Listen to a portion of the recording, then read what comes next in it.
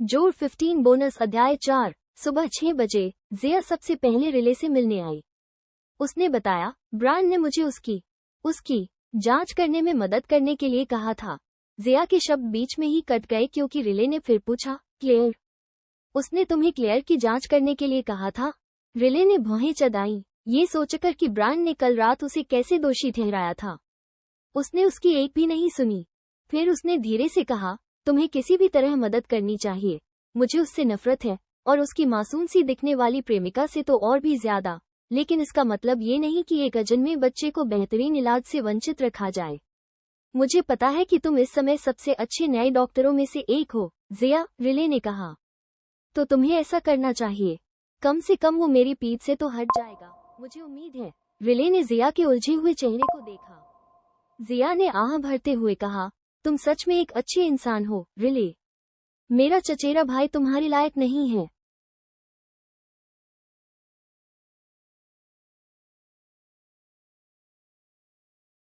जोड़ 15 बोनस। जिया कुछ कदम पीछे हटी और बोली, मुझे जाना चाहिए, चाची।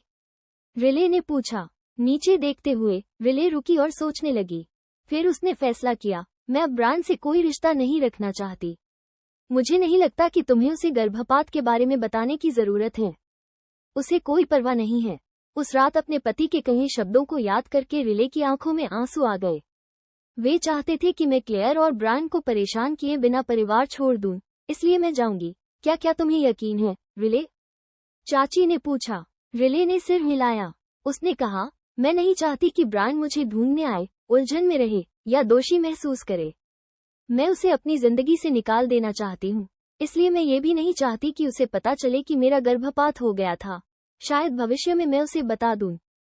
मुझे नहीं पता, रिले बुदबुदाई। फिलहाल मैं उससे और उसके परिवार से परेशान नहीं होना चाहती। 2/। जोड़ 15 बोनस। जिया ने अनिच्छा से जवाब दिया, ठीक है, मैं समझ गया। मैं रोकने की कोशिश करूंगा।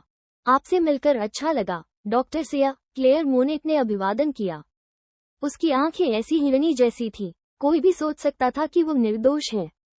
चाची हेलीपोर्ट के जनरल अस्पताल के एक कमरे में क्लेयर के सामने खड़ी थी, और वो सोचने से खुद को नहीं रोक सकी, वो तो बहुत छोटी है, एक बच्ची। ब्रायन शुगर डैडी बन गया है। नमस्ते, क्लेयर। मैं आपका हालचाल जानने आई हूँ, जिया ने जवाब दिया। रेजिडेंट डॉक्टर ब्रायन और बीट्राइस मार्टिन के समक्ष जिया ने क्लेयर के मेडिकल चार्ट की समीक्षा की। आधे घंटे बाद उसने निर्देश दिए, मैं उसके गर्भाशय की परत को मोटा करने के लिए प्रसव पूर्व विटामिन के साथ साथ डायड्रोजेस्टेरोन और प्रोजेस्टेरोन जेल भी लिखूंगी।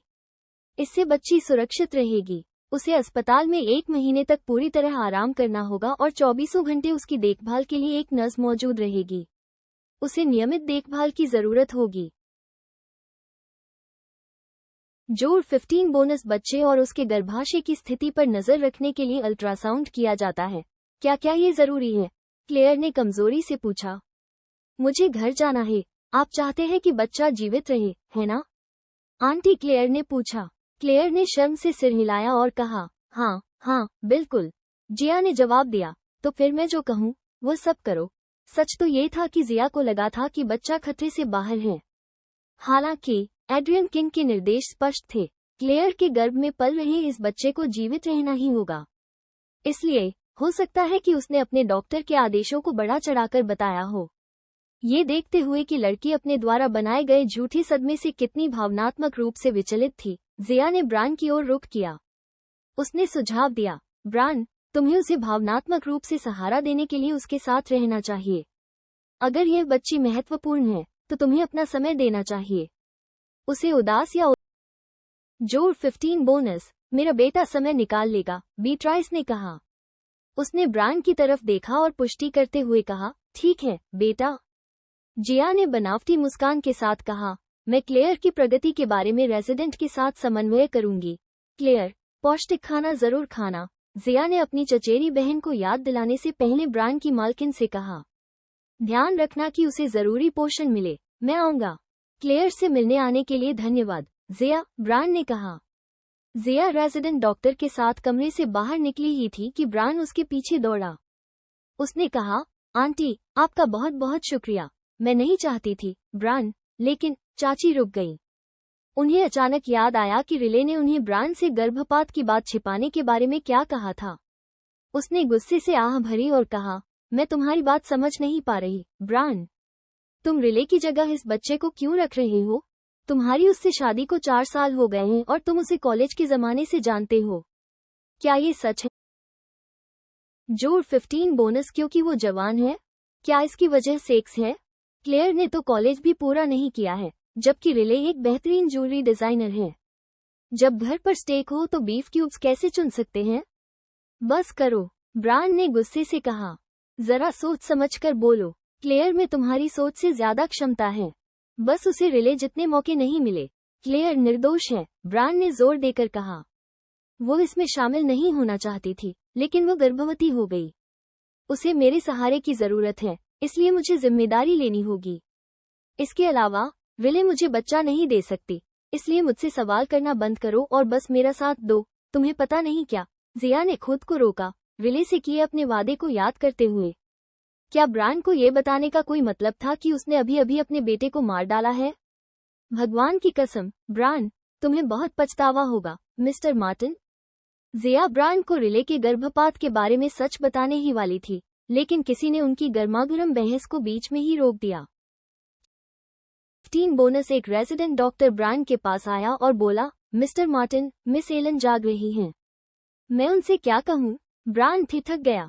उसने घुटन भरी सांस ली और जवाब दिया, तुम्हें रिले को फोन करना होगा। क्या रेनी जाग रही है?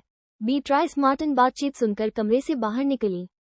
आखिरकार हमने उस पर बहुत ज्यादा पैसा खर्च कर दिया है। जिया अब ब्रान से बात नहीं कर पाई क्योंकि उसकी मौसी बीट्राइस ने ब्रान को एक तरफ बुला लिया था और वे किसी जरूरी बात पर बहस कर रहे थे।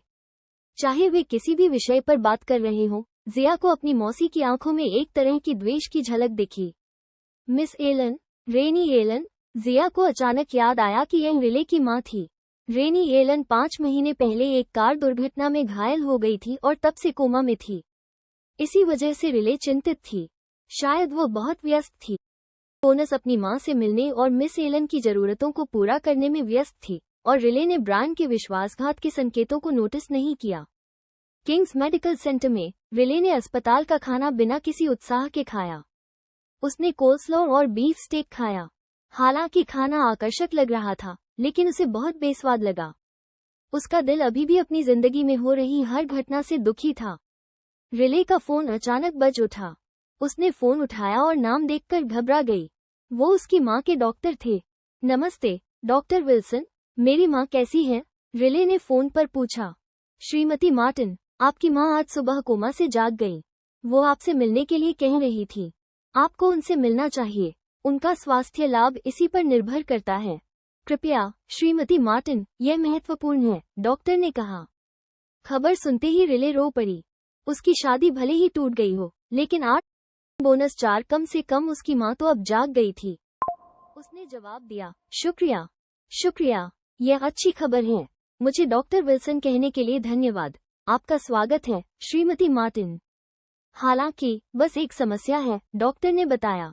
क्या बात है? रिले ने अभी भी रोते हुए पूछा। आपकी मां को अपनी दवाइयों की रिफिल की जरूरत है, लेकिन आपके पति, मिस्टर मार्टिन, उन्होंने 3 महीने से आपकी मां की दवाइयों की फीस नहीं भरी है और उन्होंने कहा है कि वे नहीं देंगे। उन्होंने कहा है कि वे पहले आपसे बात करना चाहते हैं। डॉक्टर ने अपनी बात फिर दोहराई, जिससे रिले चौंक गई। ये सुनकर रिले के होंठ कांप उठे। उसने सोचा, ब्रान ने 3 महीने से पैसे नहीं दिए। ब्रान ऐसा कैसे कर सकता है, श्रीमती मार्टिन? डॉक्टर ने दोहराया। डॉक्टर, आपने मुझे ये कभी क्यों नहीं बताया? रिले ने पूछा। श्री मार्टिन ने हमेशा बस डॉक्टर ने जवाब दिया, मुझे स्पष्ट निर्देश दिया गया था कि मैं आपको ये बात न बताऊं, सिवाय आज जब मैं उनसे मिला था। रिले को फिर से अपने दिल की धड़कनें तेज होती महसूस हुई। ब्रान उसकी मां के अस्पताल के खर्च के लिए रखे गए पैसों का क्या कर रहा था? उसकी और ब्रान की एक कंपनी थी। तकनीकी रूप से ये ब्रान का पैसा था, लेकिन रिले ने मिलकर उसका प्रबंधन किया। दोनों ने मिलकर ब्रे ज्वेलरी एंड अपैरल कंपनी बनाई। ब्रान सीईओ थे, जबकि रिले डिजाइन डायरेक्टर थी। ब्रान ने उसे कंपनी के शेयर दिए थे और एक जोड़े के तौर पर वे रिले के मुनाफे के शेयरों से अस्पताल को भुगतान करने पर सहमत हुए थे। तो पैसा कहाँ गया? उसका दिल जोर से धड़कने लगा जब उसने कहा, डॉक्टर, मुझे पहले ब्रायन को फोन करने दीजिए क्योंकि उसे ही ये भुगतान करने चाहिए थे। ठीक है, श्रीमती मार्टिन। मैं आपकी प्रतिक्रिया का इंतजार करूंगा।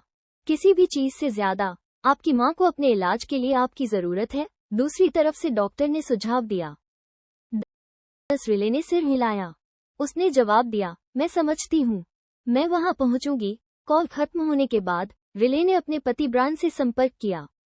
जब ब्रायन ने फोन उठाया तो रिले ने रूखेपन से पूछा, तुमने मेरी माँ के अस्पताल का बिल क्यों नहीं भरा?